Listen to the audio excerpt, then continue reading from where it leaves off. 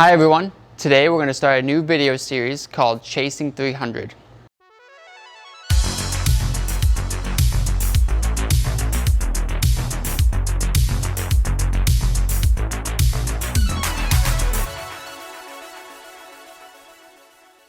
Chasing 300 is all about breaking barriers, whether it be 150, 175, 200, 215, and so on. Many of you may be stuck in average barriers, and we're going to help you through those barriers and how to overcome them. In this first video, we're going to talk about overcoming 150.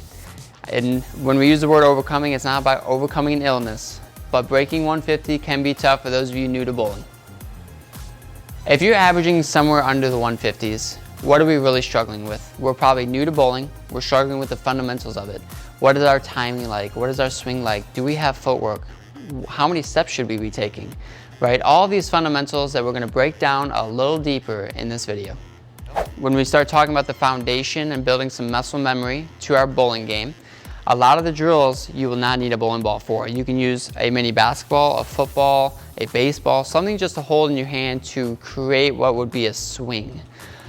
A few of the words that you're going to hear me use: timing. What is timing? Timing is the correlation between when we release the ball and we finish sliding. Perfect timing would be considered you finish sliding as you're releasing the bowling ball. Majority of the world, I'd probably say 90% of the world, is late in timing, where they finish sliding and then release the ball. Majority of the PBA professionals are late in timing. Does not really affect your game too much outside of you're really early or really late. It could cause some havoc throughout the swing and release. We're going to start talking about how steps and timing correlate. Okay, in footwork, if you're a 4-step approach, 5-step approach, or 6-step, and maybe some are 3-step, we're going to talk about all of them, but we're going to start with 4-step because it is the easiest to learn. So in a 4-step approach, you're going to go out with the first step, down with the second as it crosses its hip, right? It's going to go up with the third, and then as you're sliding, the ball will be on its way down and you will release it just after you finish sliding. You're going to start the ball with your first step. You're going to swing the ball down with your second. It's going to go up on the third, and then you're going to go down and through on your slide or 4th step.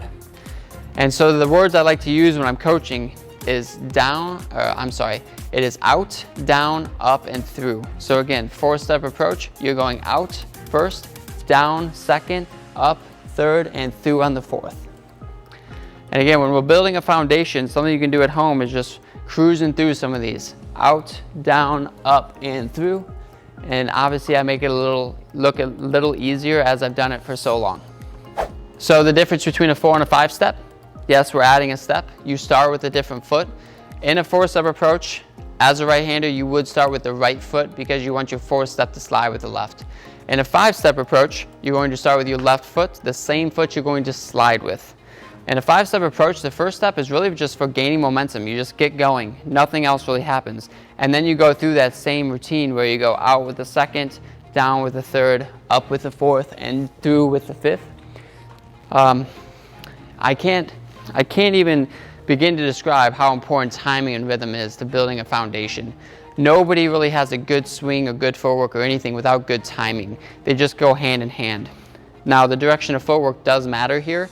For those of you really getting started, if you were to be able to walk straight and slide where you start, that would be a huge start.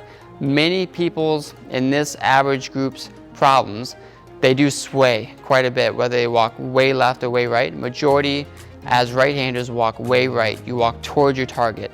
You never really want to walk towards your target. It's been told in the past, walk towards it. Maybe on some spares it's okay, but generally speaking, in the new game and the way it's taught nowadays, you're generally walking straight, if not a little away from your target, and that's for a lot of reasons, but more so just body positioning that we'll get into a little later. When it comes to footwork, especially if you've never been taught, you've never gotten lessons, it's really hard to begin to know where to stand. How many steps should I be taking? One, I like to believe that 4 steps always the easiest to learn, and it is changeable over time. If you started a 4-step now, that doesn't mean you can't go to 5 later on in life. So generally speaking, start with 4. It's the simplest to learn.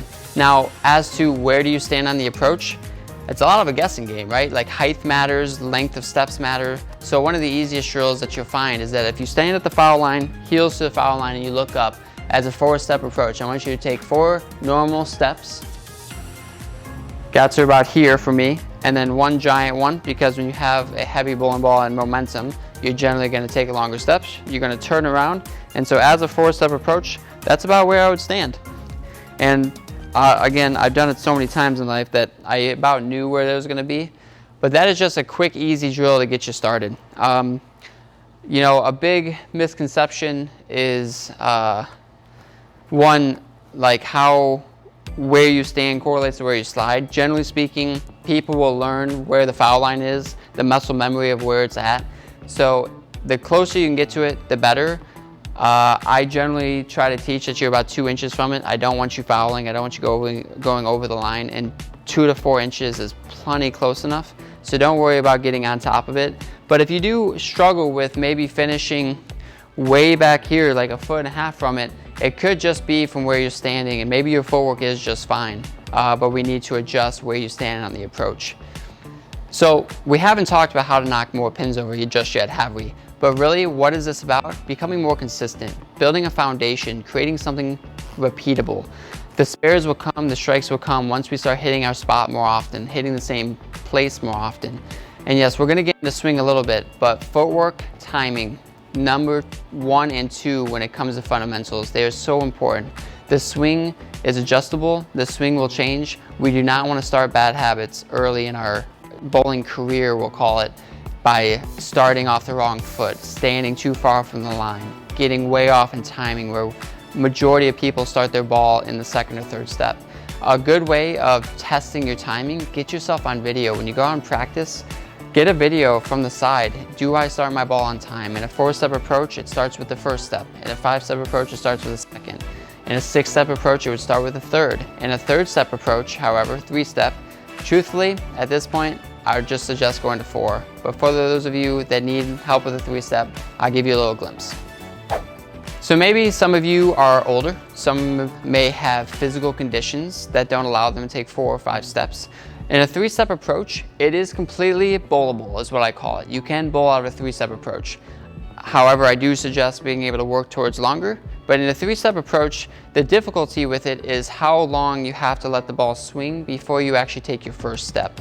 So when we're in a 4-step approach, we are starting with our right foot. So that means in a 3-step approach, we're going to start with our left. However, in a 3-step approach, what has to happen is you actually have to let the ball start swinging and get to about your hip before you take your 1st step. So in slow motion, it would look something like this. The ball's out, we take our 3rd step, it goes up, we take our 4th step, and then on the way down, we'll slide and release. Now, you'll see some of us on the PBA Tour do this when we get in front of the ball return because there's not enough room to do our normal approach. So it is something I practice and use often, but I would never use it as a first thing I do throughout the day. It's more so of a last case scenario when I get in front of the ball return, when it's a must need to do.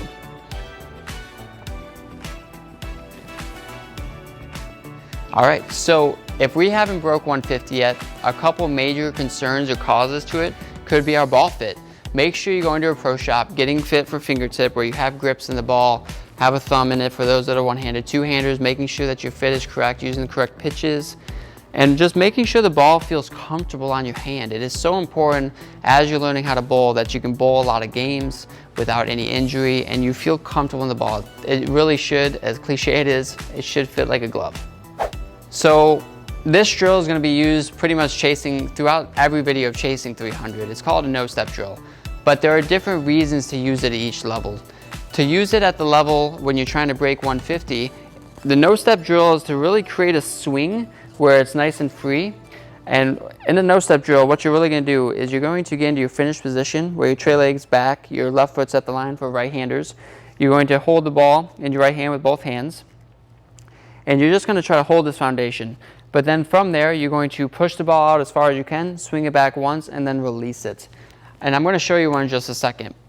But in this exact category, make sure you're doing it while trying to have as free of a swing as possible. And if you can't have a free swing, check the ball fit, add some tape. For those that are two-handed when you're doing this, Making sure that both hands are on the ball, both arms are extended nice and freely. We do not want to create habits where we use a lot of tension throughout the bowling swing. All right, again, my finished position, both hands under. I'm going to push out as far as I can, swing it once, and focus on my release. And ideally, for those that use your thumb, one of the words I'm going to use is thumb timing. Try to focus as hard as you can and making sure your thumb comes out before your fingers. And when you try to lift and or rotate the ball, you're doing it with your fingers and not your thumb. So as we're trying to get better, it can be overwhelming, right? It can be hard to think about 10 things at once. When I go to the golf range, I'm trying to get better.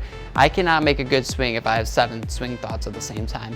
It's very important when you practice, work on one of these things at a time. Work on your timing for one day. Work on your footwork for one day. Work on them together once in a while if you can get it going. But it's very important to keep it simple. Keep it simple-minded. Keep your checklist small, especially as we're getting better. Build habits, right? If one week you're working solely on timing and you get the timing going, you're going to find that you're not going to have to think about it for a while again. Do old habits come up? Absolutely. But just keep trying to build habits, build good habits early in your game, and it'll be getting to 300 a lot quicker. So we've talked about timing. We've kind of hit on footwork just a touch. Try to keep your footwork as straight as possible. Keep it simple for the time being. We'll get into more advanced footwork as we climb up the ladder. But one of the last things I'm going to leave you with is a free swing, okay? We don't need to care about how many pins we knock over, especially when we're practicing, because that's going to come with time as our fundamentals get better. But doing practice swings, when you're on the approach before you go, just get an idea of feeling free. Swing it out, get your arm extended. And for two-handers, making sure that both arms get extended, right? Turn the shoulders a little bit, feel free. Nothing in the game is more important. When you're watching professional bowlers and those who obtain these goals all the time, they are very free swinged. Very few of them get away with having a ton of muscle throughout their swing and controlling where the ball goes. Let your body dictate where the ball goes. Feel free, feel relaxed, and better results will come.